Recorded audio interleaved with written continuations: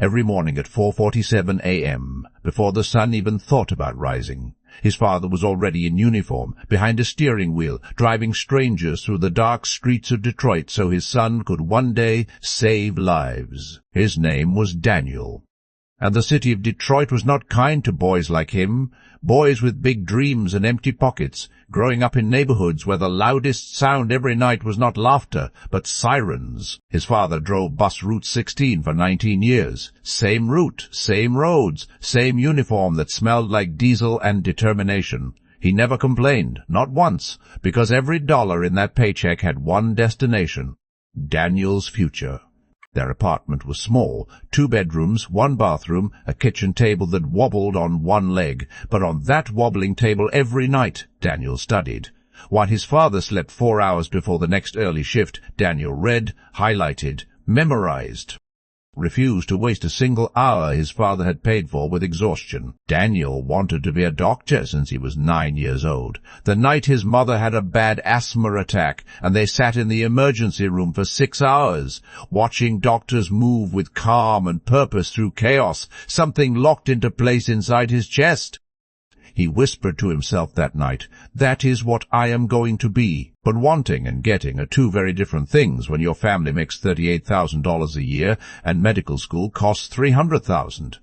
The guidance counselor at his high school told him gently, "Daniel, have you considered a trade? Something more realistic?" Daniel walked out of that office, sat on the school steps alone, and opened his leather notebook. He wrote 1 sentence at the top of a blank page. He underlined it 3 times. It said, "I did not ask for your permission." He applied for every scholarship he could find. 41 applications over 2 years. He wrote essays at midnight. He rewrote them at 2 a.m. He researched programs, deadlines, requirements, every spare moment between classes and his part-time job at a grocery store where he bagged other people's food and dreamed about healing people's lives. 39 rejections came, one after another, each one a piece of paper that said, "Not you, not yet, not enough." He kept every single rejection letter in a folder, not out of bitterness, out of fuel. Then, application number 40. The Dr. James H. Robinson Medical Scholarship for students from underserved communities. Full ride, tuition, books, housing, everything. Daniel submitted it on the last possible day, 1-1-1-1-1-1-1-1-1-1-1-1-1-1-1, from the family laptop that took 4 minutes to load every page. 3 months of silence.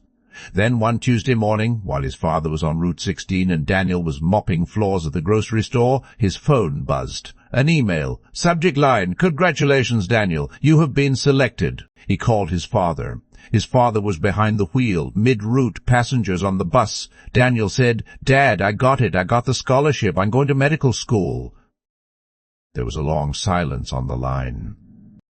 Then the sound of a grown man. A man who had driven the same roads for 19 years without complaint, quietly crying. Medical school was the hardest thing Daniel had ever done in his life. Nothing could have prepared him for it. Not the studying, not the pressure, not the moments at 3 a.m. when he sat in the library bathroom and questioned everything. But every time he wanted to quit, he thought about Route 16. And he went back to his books. He kept a photograph taped inside his notebook. His father, in uniform behind the wheel, taken through the bus window one early morning. Whenever the doubt got too loud, Daniel opened that notebook, looked at that photograph, and found every answer he needed. 4 years of medical school, then residency, then specialization in emergency medicine, the same department where a 9-year-old boy had once watched doctors move through chaos and made a silent promise to himself. The day Daniel graduated from medical school, his father took the day off work for the first time in 11 years. He sat in the front row in his best shirt, the blue one he wore to church on Easter, and he watched his son walk across that stage and receive his degree. Passengers on Route 16 had a substitute driver that day. The most important passenger his father ever carried had just become a doctor. Daniel's first day as a qualified doctor. He wore his white coat into the emergency room. He stopped for a moment at the door, looked around at the controlled chaos, the beeping machines, the rushing nurses, the patients who needed someone to believe they would be okay. He took one breath and walked in, 6 months into his career, a patient came in, a bus driver, chest pains, scared, alone. Daniel treated him, stabilized him, sat with him afterward and held his hand and said, "You're going to be okay. I promise." The bus driver looked at this young doctor and said, "How can you be so sure?" Daniel smiled and said, "Because someone who looked a lot like you made sure I would be here." His father retired last year. Daniel bought him a small house. Nothing big, nothing flashy, a porch with 2 chairs, a garden in the back, a neighborhood where the loudest sound at night is crickets, not sirens.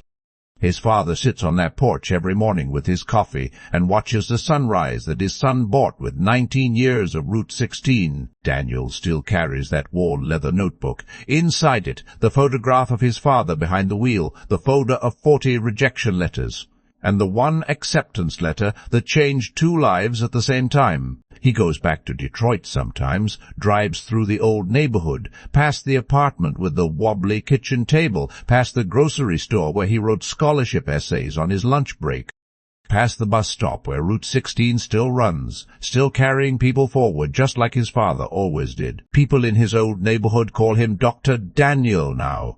Kids on those streets look at him the way he once looked at those doctors in the emergency room, with wide eyes and a quiet decision forming somewhere deep inside their chest. He makes sure to stop and talk to every single one of them. His father's hands, the ones that gripped a bus steering wheel for 19 years, that counted dollar bills on a wobbly kitchen table, that wiped tears in a front row seat, those same hands now rest easy, because the boy they worked so hard to carry is now carrying others. If your father drives a bus, works a factory, cleans offices, or carries heavy things so you can carry lighter ones, this story is about you. Your parents' sacrifice is not your burden. It is your foundation. Build something on it that makes every early morning they ever had worth it.